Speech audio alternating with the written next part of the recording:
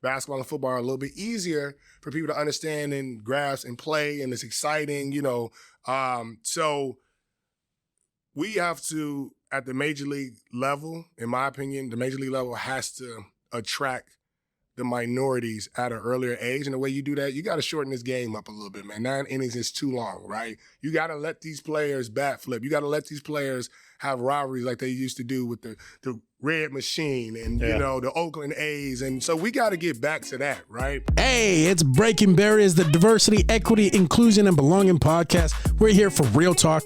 We're not afraid to go there. And we want you to come away emboldened and energized to take action and make change.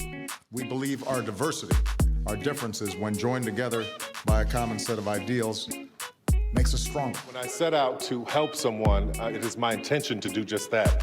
I'm not trying to do anything other than meet somebody at their humanity. Your world has changed, but your dreams shouldn't have to. That's why Kirkwood is your next best step. With affordable, flexible, and close-to-home options, now's a great time to start or finish your Kirkwood degree. Learn more at kirkwood.edu/findyourfuture.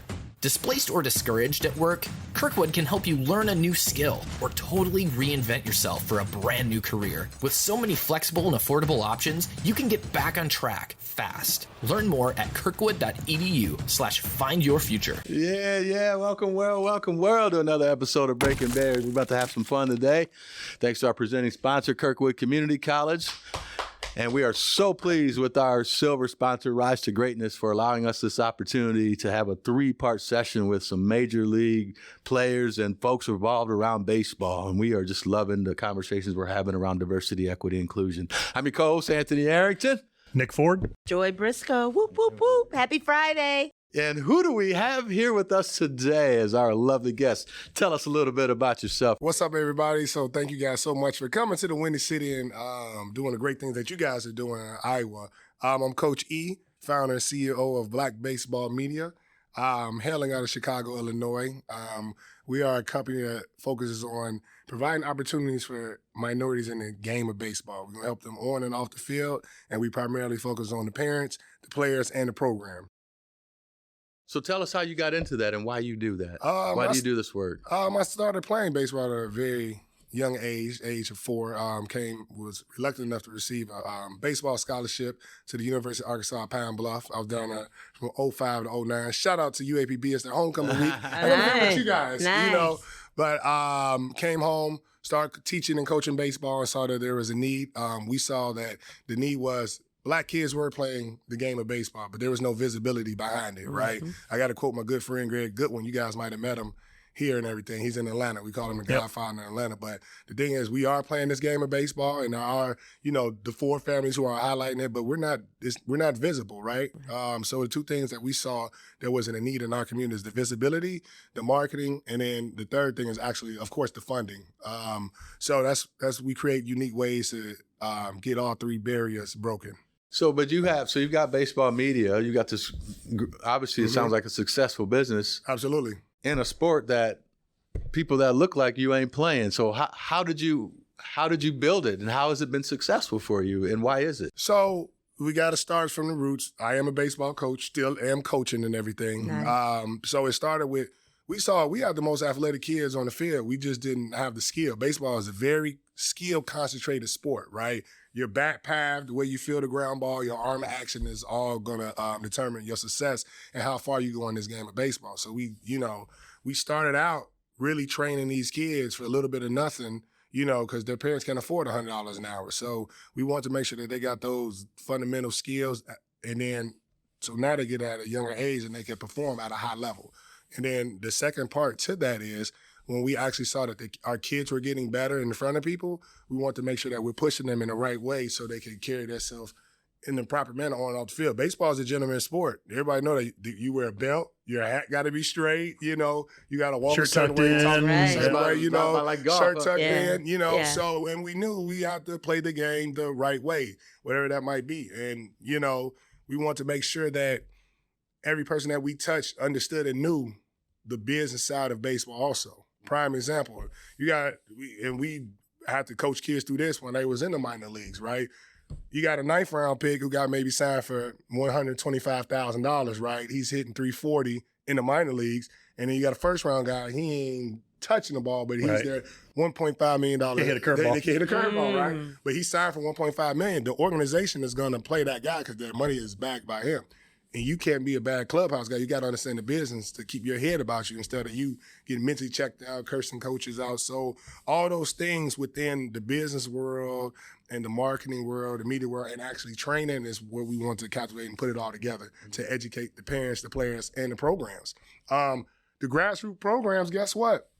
They still out here trying to sell candy for fundraisers. They still out here trying to wash cars. That's not going to do it because baseball, the price is going up. That's not going to do it. You got to get creative in your fundraising. You got to get creative in your partnership. And you got to be able to present sponsorship decks to professionals in order to get funded. Nobody wants to give their money to just a charity case anymore. You're 501c3? So we have I'm glad that you asked that question. So we have a 501c3 arm. That's our foundation, right? Okay. So we're able to take donations. We're able to do that. But we also have the business arm to where we have internet partnerships. One, I got to give them a shout out to Dribble Up. They have we're in an official partnership. They gave us a contract. Not a lot, but a substantial amount to keep our efforts growing to where they advertise on our Instagram page, their gloves. So they're able to make money off our audience and they're able to provide us with finance. And guess what? We're able to pour that back into the community. And with the 501c3, somebody comes and want to cut that $1 million check, if you hear me, in the podcast world, we're able to accept it also. Yeah. Nice. Accept donations of 5, 10, 15, $1 million. Yeah, So one thing, we didn't get this much in the other sessions, but I'm curious. So when I think about baseball when I was a kid, wasn't on TV a lot. There was, an occasional game. Nowadays, you can see every game all the time, right? Pretty much. So also when I was a kid, though, we were almost near the peak where it was near the 20-25% range of black players in the league. Yeah. So if it was on TV, there'd be something to see if you were a black kid, right? Watching baseball. Nowadays, it's on all the time, but the numbers are like 7%. Yeah. So it's almost like a self-fulfilling prophecy there. Like, great, we have all this great on TV now. You can see it, but you can't see what it looks like you. Absolutely. So how do we get that transitioned, and what efforts are you taking with the media group to showcase kids that of color that are playing, and showcase role models for them as well? So to answer the first question, to the 7%, and I'm glad that you said that, it kind of dipped. It's like 6.4% now. Wow. But no, it's okay. But it's in that. It's that low. Ballpark. It's very low. It's very low. We got to understand where we're at in society and in the business and the sports world. Basketball and football are killing baseball on the day-to-day for our community, for blacks, right? Because football, I'm not football and basketball, they do a fantastic job of reaching that kid at 4 years old and making them a fan of the sport. Right? Basketball and football are a little bit easier for people to understand and grasp and play, and it's exciting, So we have to, at the major league level, in my opinion, the major league level has to attract the minorities at an earlier age. And the way you do that, you got to shorten this game up a little bit, man. 9 innings is too long, right? You got to let these players bat flip. You got to let these players have rivalries like they used to do with the Red Machine and, the Oakland A's. And so we got to get back to that, right? And I also think it's going to be, it's not a cookie cutter approach.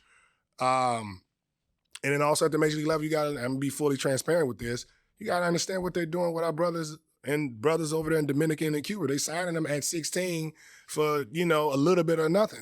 They're signing their rights over to get that. And that's just the business side of MLB. They're going to sign that international kid at 16 because they got it from 16 to at least 26. Yes. So that 430,000, 700,000, that's stretching for 10 years for them. Oh, wow. And then you got to understand the black African-American in America, we got to go to school. Yeah.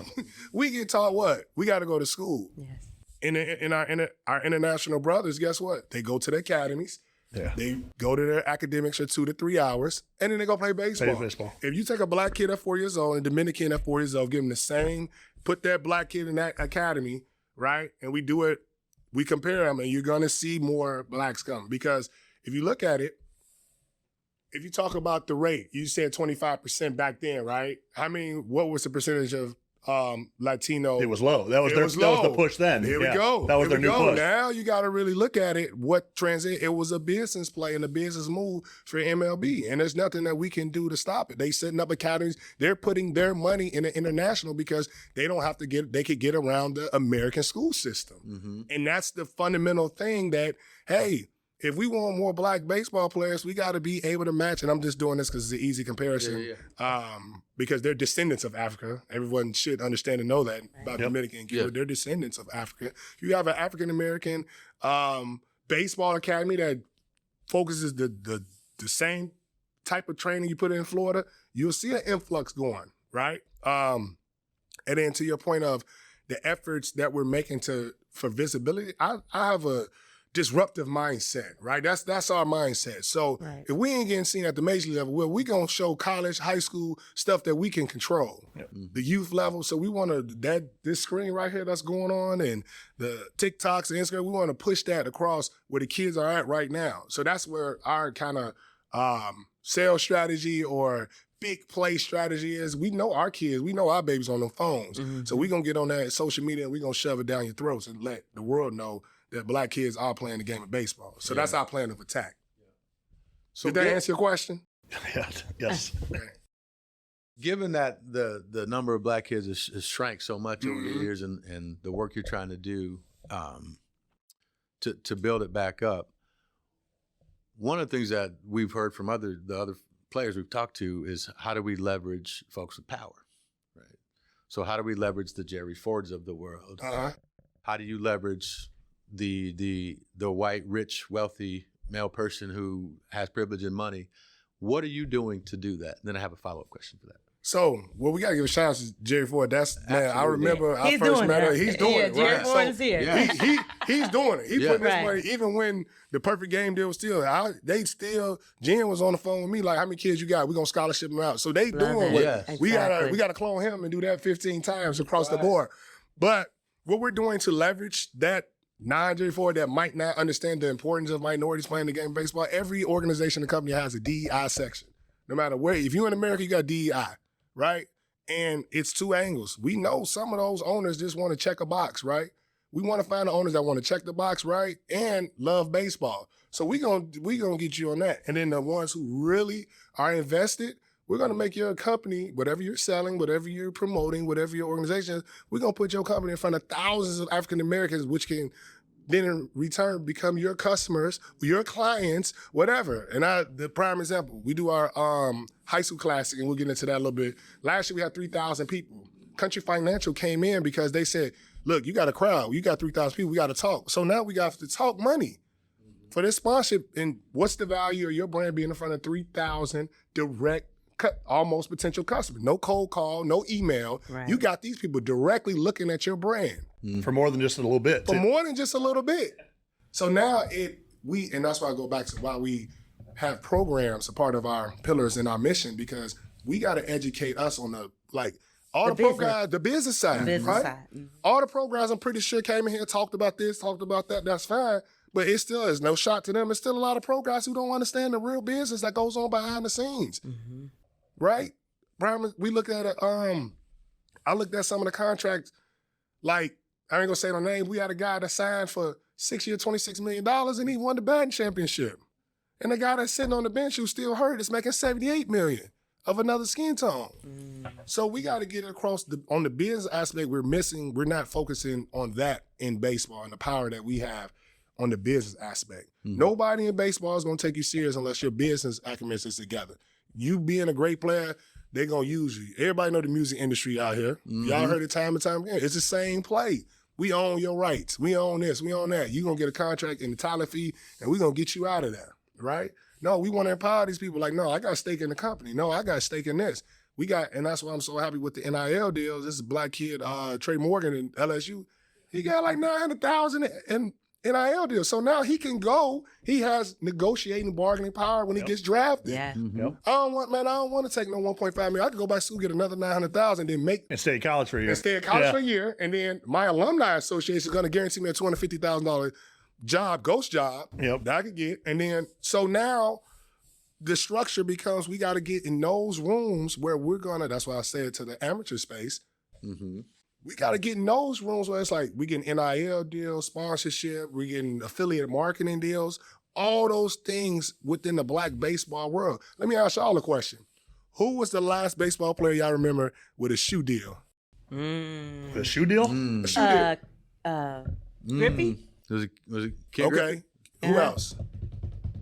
Wow, that's a good Bo. question. Was it Bo? Bo Ken because Griffey? of before. Bo was Bo before. was Griffey. before. Who else? Most recent? Deion have a shoe deal? Deion had the shoe Deion had the deal, shoe deal. but he had the crossover. But it was also crossover. What generation was that? What? Yeah, we're talking 90s. Mine. We're talking 90s. Wow. What year we in right now? Yeah. Don't say that. That make.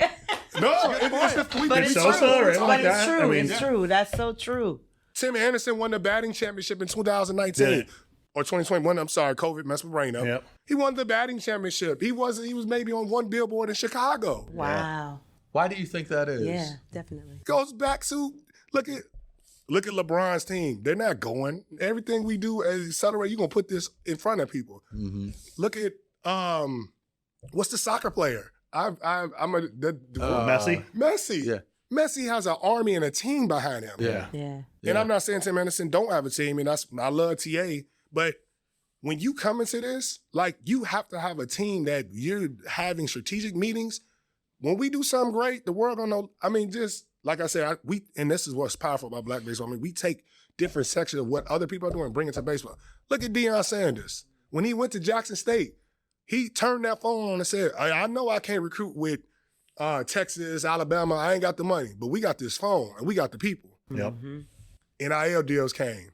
Oh, now Colorado come knocking on the door, and he's making money. Think about it. He's making NCAA, Colorado, all these companies millions because he had this phone going crazy. Right. And that's what we have to do in baseball. Well, it's funny, like you think about Chicago, and I mean, for a while there, it must have been 3 or 4 years ago when it first started, but the biggest billboards for athletes was Urlacher, who wasn't playing anymore, about hair replacement. There we go. Why do you think? Because here's the thing. That should be common sense, right? Like if you see it in football, you see it in basketball. It should be common sense. So let's talk about why it's not happening in baseball I'm glad that you asked that. I'm glad that you asked that question. Baseball is like old school rock and roll. They're going to play the same Bon Jovi over and over and over and over. It's like country music, it's the same tone, same note. That's why we say you have to be an industry disruptor in order to get to the goals that you need to get to. And you got to understand, baseball is still ran by a 56-year-old white man. That's the average baseball fan. In today's summer, 56-year-old white man does not want to hear little baby talking about some money, baby, turn it up. They don't want to hear that. The kids are coming, so it's a slow push. It's coming though, Right. because you know the older, rich, Caucasian male is getting older. The middle class. I'm 36.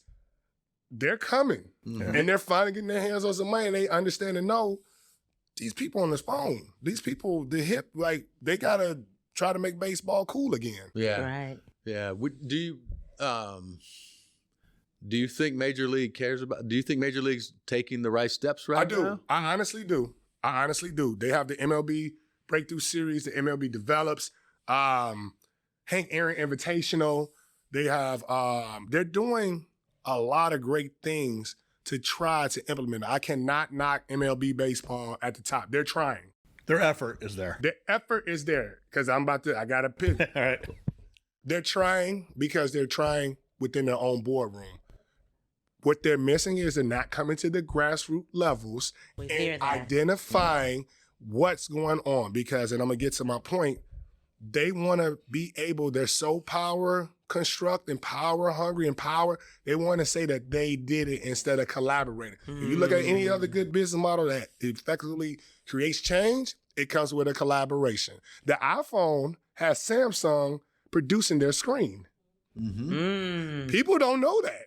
On companies, they competitive. No, my friend. Yes, but no. Yes, but no. Yeah. And that's the take. Yeah. MLB, yeah, we do this, but yeah, that's no. No, once they start coming out of New York City, coming to Jackie Robinson Park, coming to Maywood, coming to Bellwood, you know what I'm saying? Coming to South Side of Chicago, talking to the dad and the auntie who's selling candy, washing cars, barely getting $2,500, but got a gang of talent. Gang of talent, got to figure out the year. Right. It's a drop in the bucket. Think about this. Let me ask y'all a question. And I pull on the MLB players a lot on this. Society does not want to see an ex-millionaire continue to get money and this poor kid or poor organization behind him not touch it. The money can keep staying at the top if you're going to really try to effectively see change. What I mean by that is MLB developed, they're funding their own organization to push it. That's what I said. Are they doing great work? Yes.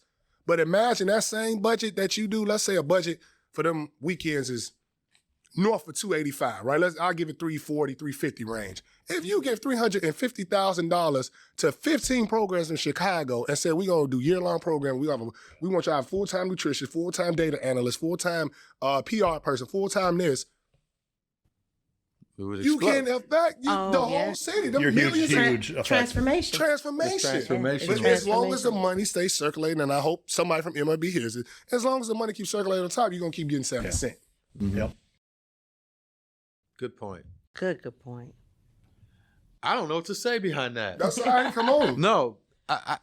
So there's programs like yours. Mm-hmm. We've heard of several programs. One of the things that we've talked about a lot, and we continue, and I've heard some folks, and we go back, we say, change was made in the civil rights era, because there were other people at the table and there were power in numbers. Yeah. So we've got all these organizations. I'm just use Chicago as an example. We've got your organization. You've got 3 or 4 others. Are you all working together?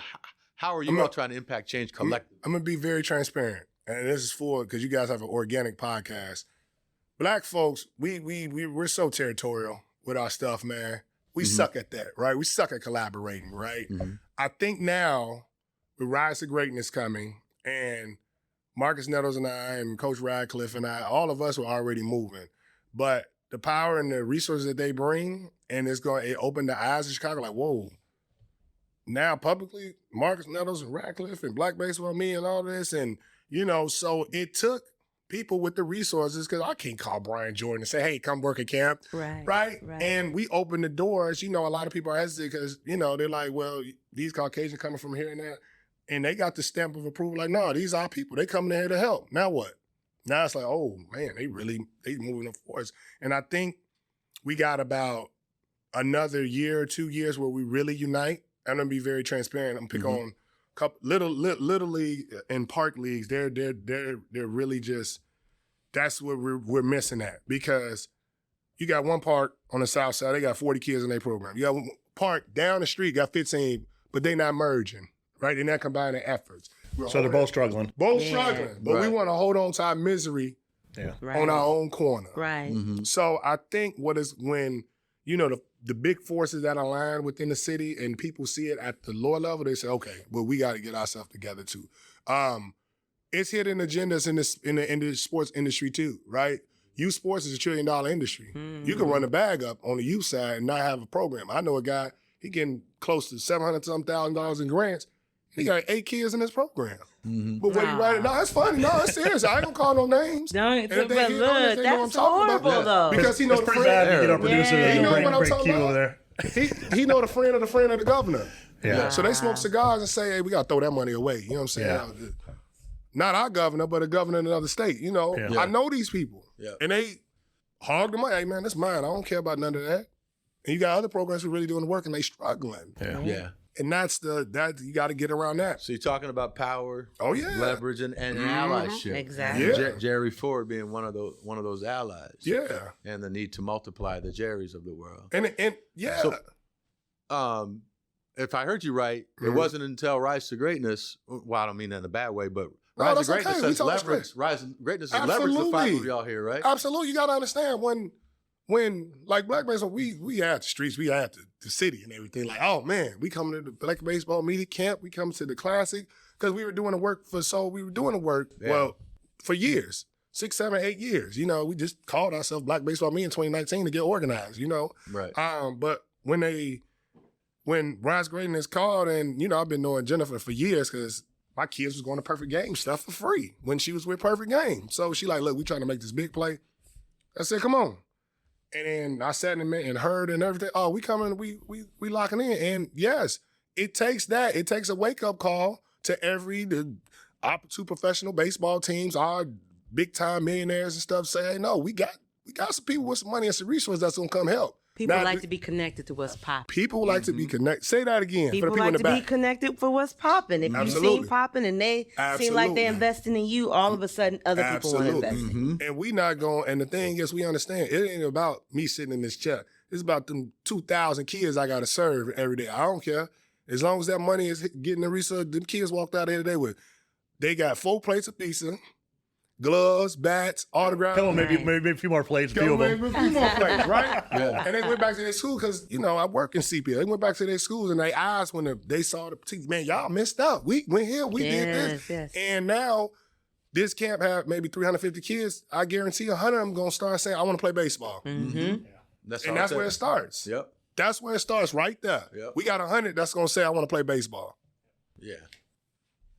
Get 100, next couple of years might be 200, and then 300. And then 2,000. 2,000. We're going to push the envelope. 2,000. Well, talk about the Chicago High School baseball. Oh, there we classic. go. I see it on the sweatshirt. I've been waiting for it. Yes. I've been waiting for the drop.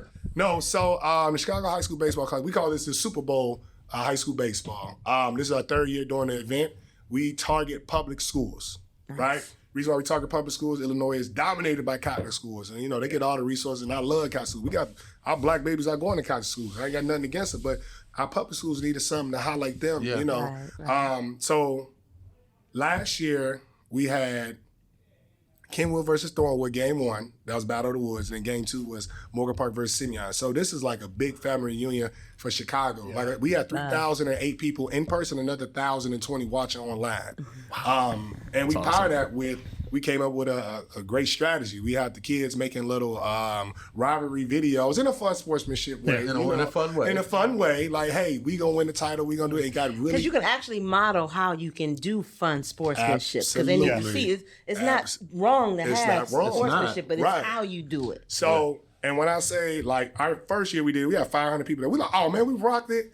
And then we had 3,000 where we're like, whoa. Yes. And guess what? Not one physical incident, not one verbal incident. You had people from rival gang communities under one stadium kicking it, tailgating, chilling. And the beautiful thing is, the one thing that we take pride in, all our little leagues, we let them run the bases in between the games. Mm-hmm. So they get their little, they running around the bases, the coaches high-five them.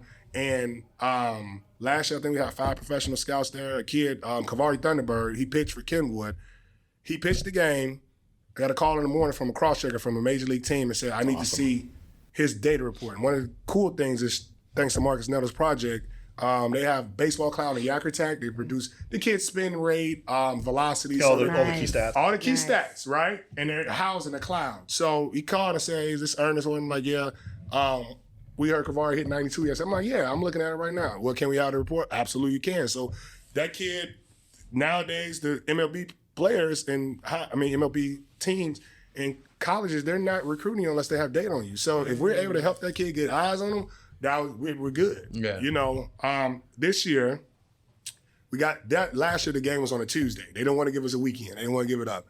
We put them numbers up and say, oh, you guys can have a weekend. Come on. Nice. So we got Saturday, April 13th.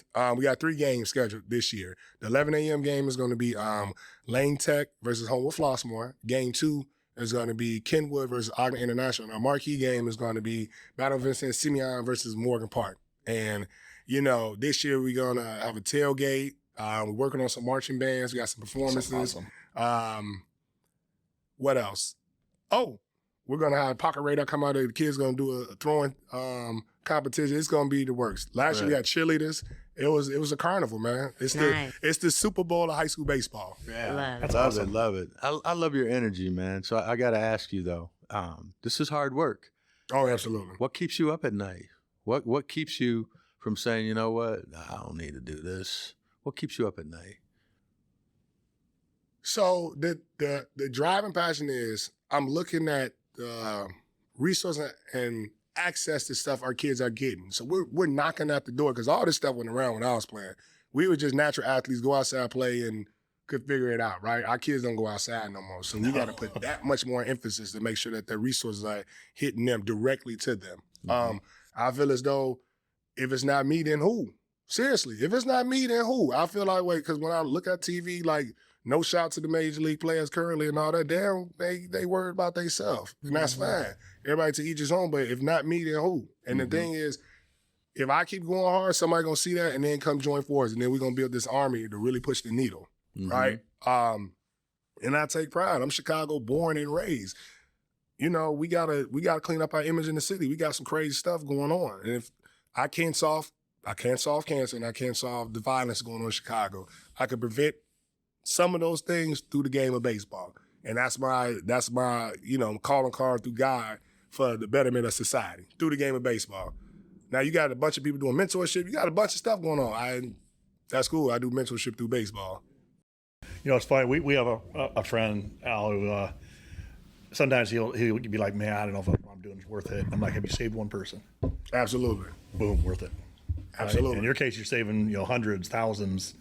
Absolutely. I mean, the fact when you said there wasn't one incident of violence. Not one. Anyone outside Chicago would be like, what? And guess what? It wasn't one. Y'all tagged ABC News, NBC News, Fox News. Yeah. We wrote 15 emails to them news stations. Not one showed up. Wow. But they gonna show up when you talk about a migrant. They gonna show up when you talk about gang violence. You gonna show up. So we coming at them. Black Baseball Media, they're not our allies. Awesome. The news people, they are not our allies. We publicly come at them. No headlines in that for them. No headlines in that. So, and the thing is, like we said, we create our own. Similar to Puff Daddy Revolt, we'll create our own. That's right. Yeah. Like, That's and awesome. I stand on it. It could be, it don't matter. They could try to blackball me from the news. We gonna stand on it. The only thing y'all put out about Chicago is everything negative. That's true. Yeah. Think about Jackie Robinson West. Just think about it. When they was hot, they was hot. The minute that all that stuff popped up, they tore them down. They tore 12-year-olds down like they was dogs on the street. Yeah. So we don't play like the media already and I've been candid. I'm very candid about that. I pray in God that somebody hears this from the Chicago Defender, the Chicago Sun-Times, Chicago Tribune. Someone to pick it up. Someone to pick it Somebody. up. You heard it here. Coach E, CEO of Black Baseball Media. We have 3,000 people, African-American minorities from cross-rival gangs, all that. Now, I had one incident. Now, one of y'all came out and y'all got emailed and tagged on social media. So until y'all really step up to the plate, man, y'all ain't in good graces with us. So we'll tell them. I think With you or without you, right? With or without, we moving. We moving with or without them. transparent and transformational. Absolutely. And disruptive change. That's what I'm hearing. So how can people support your work too? You said you have a nonprofit. Is that the best way to support, or what? So that people can make sure this continues. So it's up to them, right? We want to make it to where your comfort level is. You have a business, or you want to really like, hey, I want to invest in you guys because I want to return. We got avenues to do that. If you want a tax write-off, 516.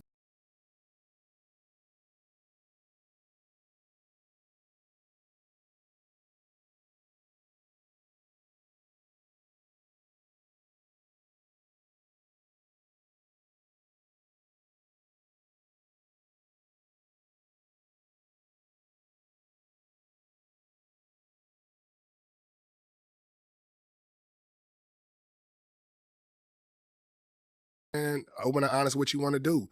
We get so many emails and calls talking about they want to have a conversation, and we take the initial conversation, but at the end of it, where's the call to action? Where's and that call to everything action? doesn't have to be a dollar amount. Right. Everything can be provided. You could say, hey, I want to come out and help with a camp. I want to come out and get water. I want to come out and just talk. All that is fine. We not in it. We have it's value, right? We get 1,000 people saying, hey, we gonna come do this, we gonna come do that. That's fine. We not in it like ain't worried about a direct check. That's gonna come. But we're not necessarily helping out don't mean you gotta cut a check. But if you want to cut a But check, if you Well, if you want to cut the check. What do I always if say? you want to cut a check, we are more than willing. What the preacher man said, now the basket can come around twice if we needed to. Right. We got a building fund. Yeah. We got a Sunday school fund. Exactly. So I'm curious. So we've never tried one of these live. Did any of your followers there have any question? What's up, man? Who got a question? Hold on, let me DM. What's up? Yeah, we haven't done it live. If you got any questions out there, we'll take them.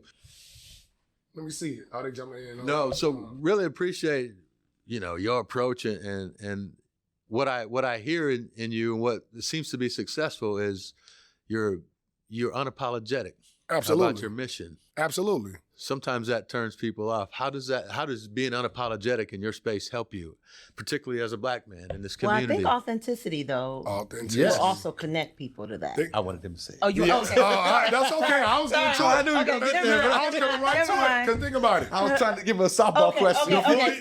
All right. Take that back. We're gonna run it back. Take that off the tape. So it's straight authenticity, it's straight organic, right? And the people that we attract are the people who are really gonna be boots on the ground with us day to day. Like think about it, like the Ford family. They wouldn't mess with me if I was some hunky-dory just like trying to beat around the bush. We cannot beat around the bush. If people are not ready for them tough conversations, it's nothing personal. This is not for you. Yep. Because we not at that time right now. We are not at the time to be, hey man. We tried that, right? For years. It didn't work. It didn't work. Early 2000s, we tried it. After the steroid era, we tried that. Yeah. Think about after the steroid era in baseball. Yep. Everything was fluff. Everything was nice. Everything was, you got to play the game the right way, this, that. No. And we are 7%. Last year, won the single African-American in the World Series. Wow. This year, we need the Diamondbacks to win our National League. Alec Thomas, I coach him. Yep, his dad is my really good friend. But yeah, so we still gonna be less, man. It's still a deficit, so we don't have time to necessarily sit here and try to figure out what's the politically correct way to say something. No, it's be very direct. Yep. Action oriented. You know, we've heard from one of our colleagues, change don't take time. People do. Yep. People do. So, well, look, we appreciate your time. We about wrapped up here. Thank you guys so much. As we wrap up, is there anything else that you would We're like gonna come to the Classic. We should come. Yeah. Okay, so let me. I need y'all to set up a live podcast station at the Classic. The concourse is beautiful. You get the players, you get the parents, you get a real feel of Chicago. So you got an open invite. Let me know. Yes. It's April 13th, 2024, Windy City Thunderbird Stadium. The tailgate is going to kick off at 10 a.m. We got a performance by a special artist. I can't announce it till the contract is signed. But we're going to bring it home. We got Chicago stepping going on, the marching band. You're going to feel Chicago in this Classic. Is it a Chicago artist? It is a Chicago artist. Come on, Chicago. Okay, because I can narrow it down. You can narrow it down. And it's not hip-hop either. No. You got a few folks in there. Well, appreciate the time. You know, we wrap it up here. Thank you. Thank our sponsors, our presenting sponsor, Kirkwood Community College, and we definitely thank our silver sponsor, Rise to Greatness, for making this happen and bringing amazing people like you to the table. So absolutely. So thank you for that. Thank you for our sponsors, Tyler Link and Barnes, our friends as well. I'm missing Community Savings Bank, Community CSB. Savings Bank, absolutely. Thank y'all on live too. And thank y'all on live. Our first time live. Advancing equity is not a one-year project. It's a generational commitment. There are too few people in the world willing to be the domino, too few people willing to take that fall.